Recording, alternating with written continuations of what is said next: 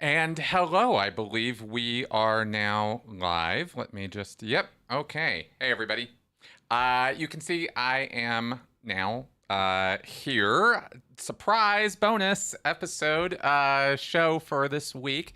It's a little funny. It's Wednesday. I really wanted to do this on Monday. A couple days ago, but circumstances and temperament and all of the other things and scheduling prevented me from doing this until now, and I just decided, okay, let's get to it. This is worth talking about. And again, I have to apologize a little bit because I initially put this out and we were planning on doing this together, me and Melissa, my wife. But she had a sudden bout of not feeling good, and so she is not camera ready or whatever today, and so we're not going to be doing that. So it's just little old me. Yes, good. Hey, Xion. We are live, and I am seeing the comments as we go here. I've got some prepared notes. So this was meant to be done as a conversational sort of thing. So if I get a little awkward as we're going or stumble around a little bit, that is the reason why. Okay, so yeah, I do apologize on that, on the bumble there with Mel. Hopefully we will be back together on Friday and be doing our Critical Conversation show live. That will still be happening this Friday. Okay, hey guys. Seeing everybody come into the comments here. Very glad to see you here. So, The Batman. This is meant to be a video talk or review of The Batman, the new movie by Matt Reeves, starring Robert Pattison, Jeffrey Wright, Colin Farrell, Zoe Kravitz. Bunch of people are in this thing. John Turturro's in it. A bunch of people. And good. And I'm gonna try to do my best here. Yes, Mel did go with me. We went on Sunday morning. We saw the 10 a.m. showing on Sunday, and it is a 3-hour movie, and with previews and everything, that made it 3.5. And it's a long experience. But I'm gonna tell you straight up, first off, that I'm going to do my best to not do any spoilers here. It's not like there's a lot of spoilers in this movie anyway, but it's a pretty straightforward story and film, but it passes quickly. It did not feel like a 3-hour movie. No, it was not re-stimulating. Okay, so let me tell you what it was, though. So we had an excellent time. We stayed, neither one of us got up through the whole movie. We watched it all the way through, and in other words, no getting up to go to the bathroom or anything. And like I said, it flowed very smoothly. It's a movie that decides to take its time. The tone and attitude and pacing of this movie is very patient. And that's good because it matches with actually the character of Batman in this movie, where he is somebody who is watching everything that's going on. And there are reasons for that you see in the movie, but it also sort of makes him a much more observant and observing character. This is not an action-packed jumping from one big set piece explosive action sequence to another. This is not a Marvel or what has been a normal DC superhero movie. This movie is cut more in the cloth of the Joker with Joaquin Phoenix that we saw a couple years ago. That was, I thought, quite good. It was quite good movie making, and it told the story of the Joker's evolution, his origin story, in a very real world setting. And that Joker would not fit with this Batman world. They are different universes that they set up. For example, Bruce Wayne was still alive and well in the Joker movie, and he very much is, the Bruce Wayne's father, rather, and that's very much Thomas Wayne. Yeah. Anyway, so that's not what's happening here.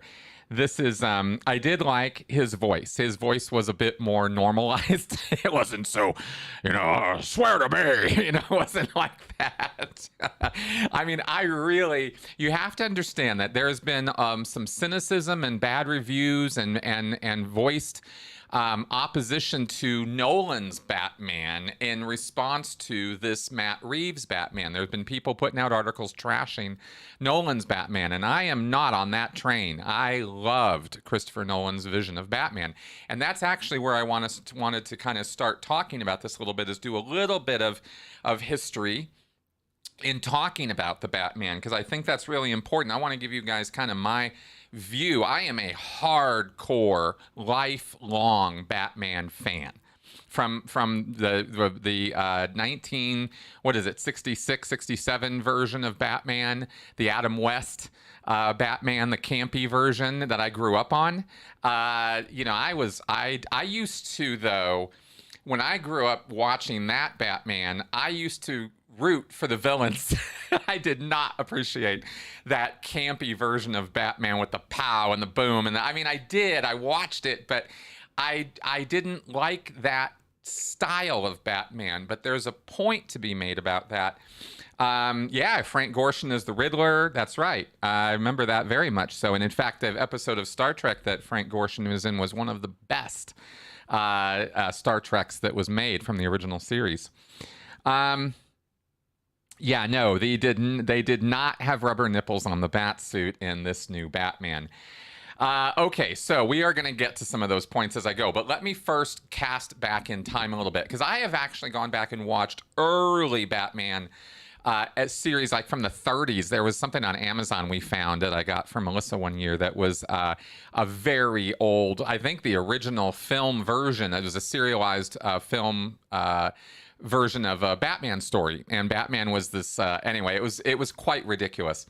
But he ran around in the Batman outfit, and he had Robin, his ward with him. And that's right, white on one side, black on the other. That was the Frank Gorshin one. Okay, so then we move forward to there was another version of Batman that was done live action somewhere in the 40s or 50s that I did not see. And then we have the 60s Adam West Batman, followed by the 1989 Tim Burton Batman, and the sequence of movies that followed Tim Burton's Batman with Batman 2, and then there were Batman Returns or something, and then a series of very unfortunate Batman movies where they just went campier and campier in tone and style, even though they had huge budgets. And it ended up with George Clooney basically apologizing for ruining Batman with the Batman nipples and the Bat credit card and the just ridiculous over-the-top nonsense they got into when who was it? Alicia Silverstone and I forgot the guy who played Robin. Anyway, they were not really great versions of Batman because they were just kind of so over the top and silly. And the word silly is not necessarily a word that should be associated with Batman as far as I'm concerned. Humorous, even light, but silly, And then, of course, we come to Christopher Nolan's Batman, where things got more hardcore, more real, let's ground this back into the real world and look at what a modern day Batman might actually look and sound like, and what's the origin story, and then flowing into The Dark Knight with the Joker, and then, the final one. A Batman credit card would be awesome. So, so Nolan's Batman, here's what I wanted to say about this, and then we have the more recent Matt Reeves Batman. Each iteration of the Batman brought to the screen, and of course he's been in the comics this entire time, reflects to a great degree the culture at that time, the American culture's view on crime, criminality, criminals, and justice, and the idea of what is vigilantism, what is vengeance, and what is justice. And Batman's story arc consistently goes through certain stages, and that if you take the character seriously, and if you take the psychology of the character and you really start looking at who is this character, what does he personify, what does he mean to us, why is he important, what is he, what is he an icon of, and how does society think about those things? What I see in Batman, and there are lots of other interpretations that could be perfectly valid, but as I see it, Batman represents an arc from vengeance, from a being wronged, from a childhood trauma, something he was a complete victim of. There was zero blame on his part for what happened to him.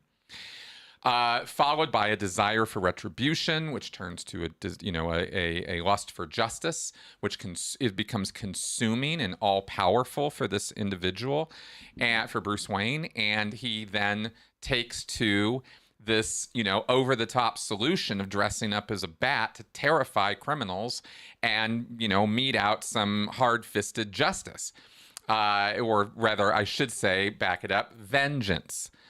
Vengeance, right? Because that's what it's kind of about at the beginning of his story arc. And it is about just getting back at and destroying that bad element of society that is viewed by the rest of society as destructive, as tearing us apart, right? Criminals and human traffickers and, these super villains who personify all this, this kind of nuttiness in an over-the-top way. But it really is all symbolic of our criminal element, the lower elements of our society, as they used to be referred to or called, right? As these like lower people. And, and through the years, through the decades that Batman has been around, we have been becoming more and more aware through social science of what actually causes criminality. Where does it come from? It's not always a choice. It's not always some decision somebody makes. It's not that it's not sometimes a decision, but you understand that there's two views of this. There's the individual view of an individual criminal and his or her circumstances and context, and then there's the bigger, broader picture of criminality as an institution or as an activity that's going to occur in a society of any size or kind. It's just in any group of human beings, you're going to have elements of that group who push back against the rules and against the system itself and want to take advantage of it.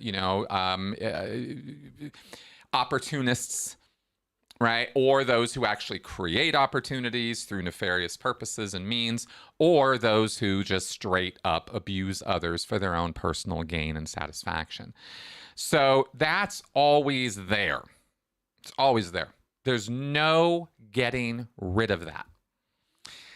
And in a systemic situation, society-wise, systemically, we have come to learn that while, they used to think about, here's the thing, they used to think about criminals and criminality as an individual aberration, a social aberration, right? This is aberrant behavior. This is maladjusted behavior. This is deviant behavior on the part of that individual who has somehow a criminal mind. And for many, many years, it was being worked over as to what is the criminal mind. And the police would talk about this, and they believed in this, and criminal psychologists and forensic psychologists would refer to and talk about this as a thing.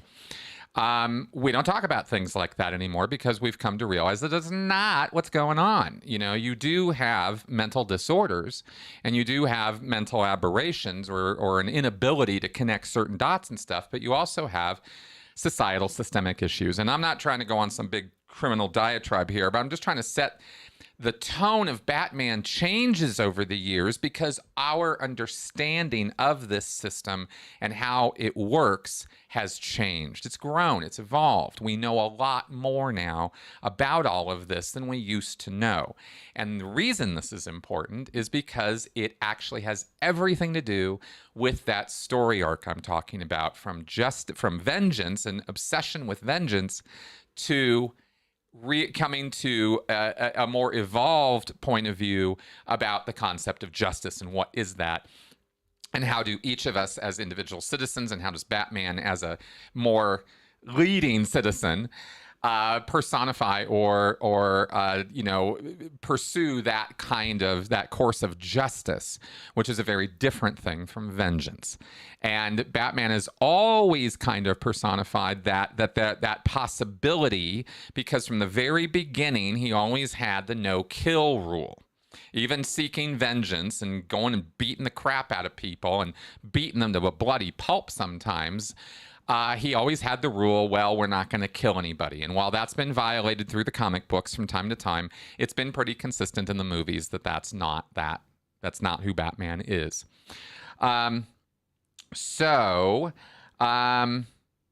Okay, so that's kind of the background culturally that I see for who and what Batman is, and why we have a Batman, and why we all love him, or so many people do, why he has such broad appeal.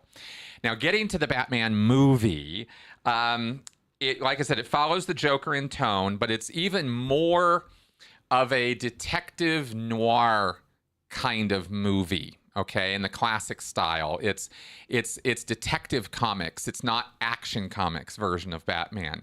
This Batman investigates. This Batman observes. This Batman takes his time to see what's going on and tries to strike with effectiveness after finding the right targets. Now, of course, this Batman also is in year 2 of being Batman. So he's young, he's impulsive, he's impetuous, and he makes mistakes.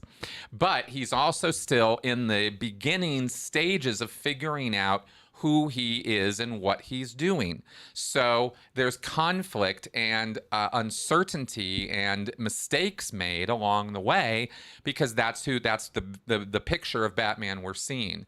We brilliantly do not have to watch his origin story again, which is good because we all know it in this movie. So we don't have to go through that, but there are other story hooks or things done to very much bring to the forefront that this is a man who is troubled by his trauma, and that trauma is very much in his face, and there are reminders of it constantly being pushed on him, throughout the movie. Okay, so yeah, just checking in on some of your comments as we're going. Okay. So, so the detective side is stressed a lot more here. With Pattison, if you have any doubts about Robert Pattison playing this character, you really shouldn't. I've been watching Robert Pattison for years through independent movies that he's done. I hated Twilight. I can't stand anything connected with Twilight. I am a hardcore vampire fan, just as much as I am a Batman fan. And I could not deal with 1 minute of Twilight. It was simply awful. So Pattison and everybody else in that thing was just kind of doing the best they could. But if that's the reason I bring that up is if that's your only gauge of Robert Pattison, then you're really missing out, because he has done a body of work that is impressive and quite good. And he is a good actor. And he brings it in this movie. He is definitely not wooden or he has a lot going on under the surface in this movie, and it's there and it shows, and he brings it out. And he's sort of a Kurt Cobain is the analogy that Matt Reeves drew on, and the hairstyle and the attitude and the loner view and this sort of downtrodden kind of emotional life that this man has.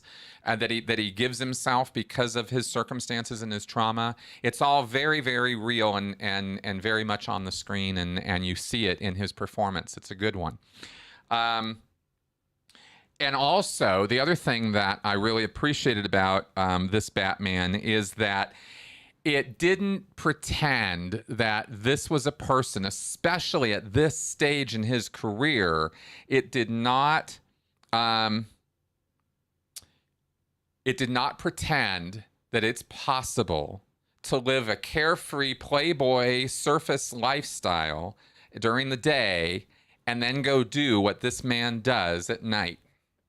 Those two lives do not yet fit together at all in this version and in this window of time where Batman exists in year 2. Maybe that's coming, and maybe more balance will be found in this character as he continues and pursues this, this more enlightened path as he develops, as Batman's character does. But in this version, right, he is still very much a man obsessed. And that kind of obsession is what consumes your life. It consumes his every waking moment. And that was realistically put here in this. And I really appreciated that as a touch, because the Playboy, you know, carefree, it just doesn't fit any part of this personification of Batman. This is a dark, brooding, silent type character. He doesn't talk a lot. He doesn't have to. You definitely get where this guy's coming from in few words.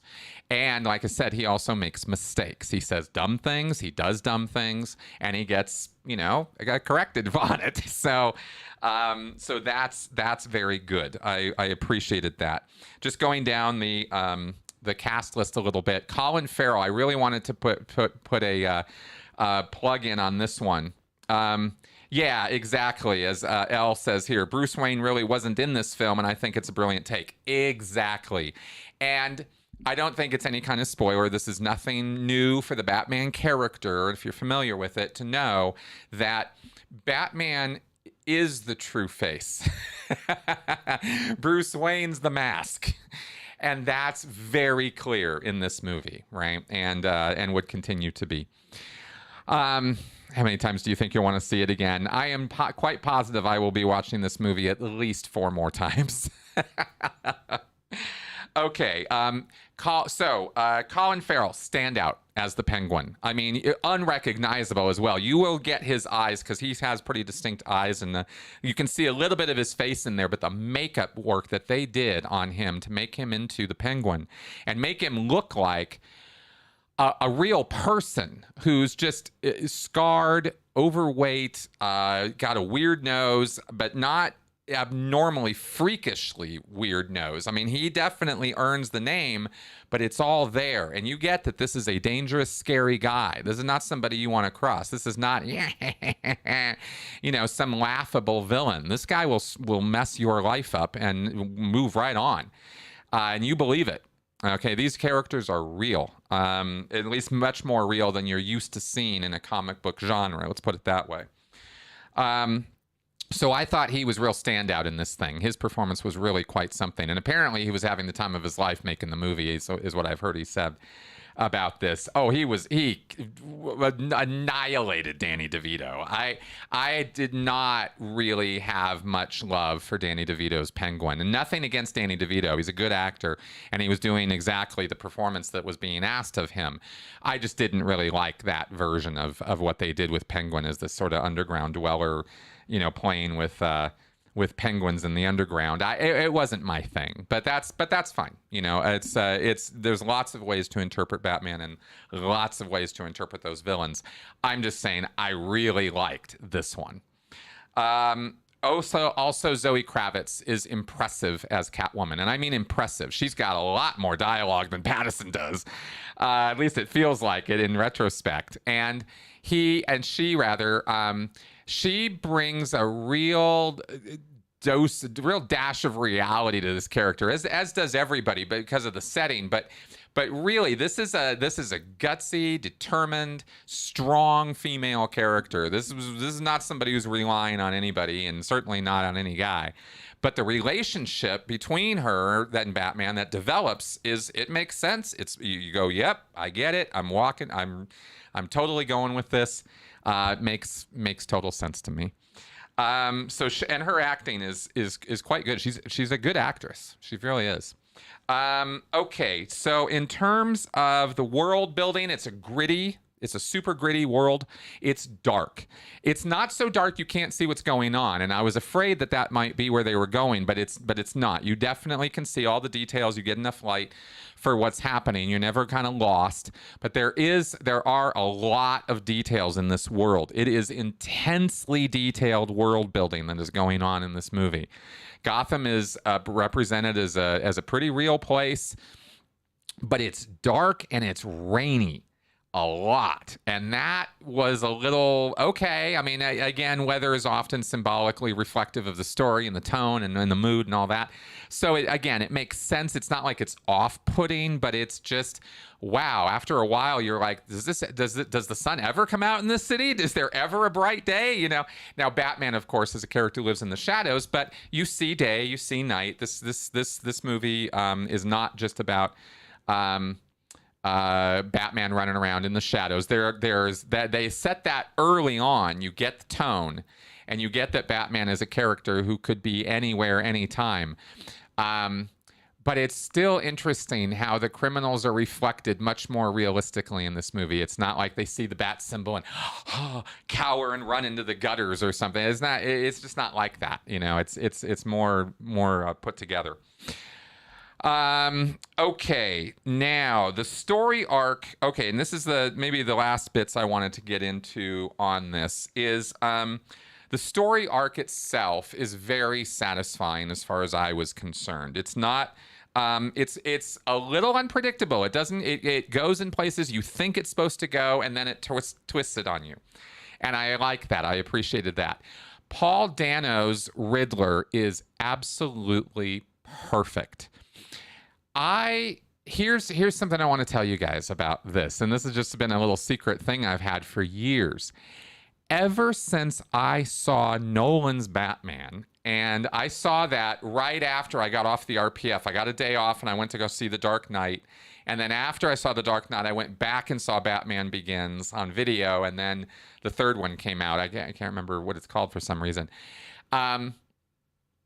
I fell in love with The Dark Knight, and it was such a different, polar opposite representation of the story and taking the character seriously and thinking more deeply with the character than had ever been done in the 90s version of Batman in those movies, that I was absolutely blown away. I mean, my mouth was literally, I watching Heath Ledger in his beginning scene, we're on the table of criminals, and watching him later in the interrogation scene and the jail scene, and I was just absolutely stunned by what I was seeing. And the thought that I had was, they need to do this even more. Like there should be an even grittier, even more real version of Batman, right? That puts it even more into the real world. But I really liked what they were doing, and I thought to myself, Riddler, Joker, these people should be serial killers. We should not be admiring these people. We should not be thinking they're clever and wonderful people. We should be thinking of these people as psycho serial killers, because let's face it, that is what they actually are. So that's what this movie did. And I was there for it 100%. Dano is awesome. Awesome. I really could not think of very many actors who could have done this better than him. He's quite good at this. If you've seen Paul Dano's work in earlier movies, you know what I'm talking about. He can play a very convincing, very good, insane person. He does things with his face and his eyes and his mouth that are truly inspired. So, yeah, he's definitely better than Jim Carrey by far. All that over the top stuff, Okay, so yes, I hear you guys on these comments. I'm telling you, this Catwoman is tough. She's not somebody you're going to mess with. She is her own woman, and in a realistic vein. It's good. Yeah, I felt it was good. But getting back to the story arc here, so the story arc is very satisfying for some of those character-based reasons I was just talking about, but also because it's a good story with twists and turns that you don't see coming, and it is truly a detective story. Batman is pursuing leads from one to the next, and that's how he goes from villain to villain to place, and the story unfolds. And here's what I wrote about this in my notes that I wanted to sort of share on this, because this is kind of where the story kind of is heading or goes in certain directions that got me thinking, and I wanted to share this with you. And that was that corruption and crime are systemic human problems and won't ever be solved by running around beating people up. You can beat up 100,000 criminals in the most impressive way possible, and you're not going to end crime. Batman has evolved to now realize this. Justice is necessary for a society to operate because of our basic emotional needs for reciprocity. But vengeance is the destructive underside of that emotional well. And if it's given too much slack, if it's allowed to run too much, too far, it will destroy the very roots of the system it's part of, and therefore inevitably turns on those who seek to carry out vengeance. And if there's a theme here that I took away from this, it's that.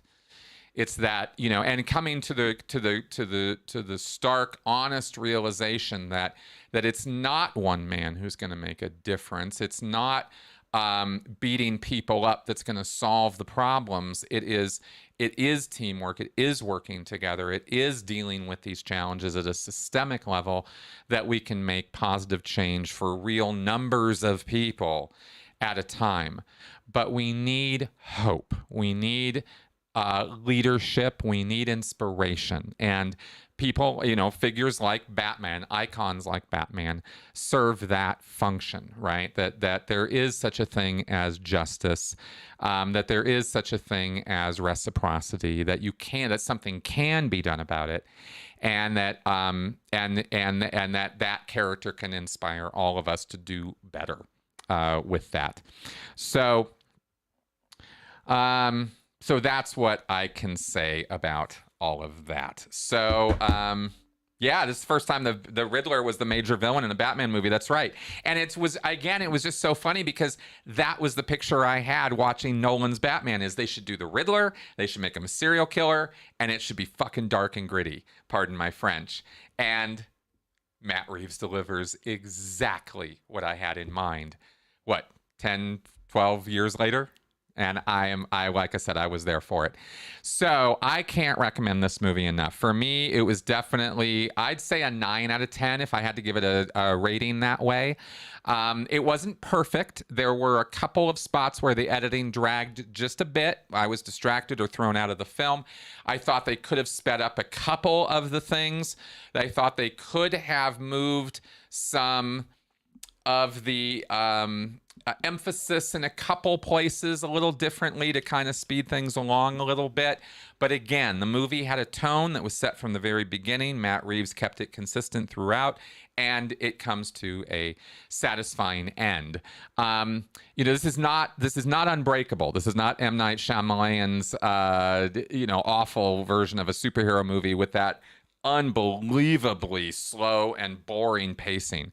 This movie keeps you intrigued. It keeps you focused on what's going on as it rolls out. And that's why it doesn't feel like it's a 3-hour film. You will see right from the get-go when Dano appears and how he does and stuff. You realize watching that opening scene that this is a director and this is a cinematographer, the people who did the camera work for this movie, they came to work ready to work. And they did their job. These people set up shots, frame things, put things together in very clever, very well thought out ways that itself contributes to the story and the experience and the character development even. So again, can't say enough good things about that. So that all being said, I think we're going to wrap up here. I've said everything I wanted to say about this, and I just had a really fun time doing it. So thanks for your comments, guys, on this, and for tuning in. I just wanted to throw out a little surprise video, see what kind of reception it got, see what you guys thought about it, and let you know that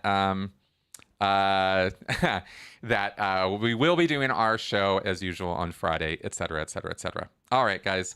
So thanks for joining me here, and I'll see you soon. Bye-bye.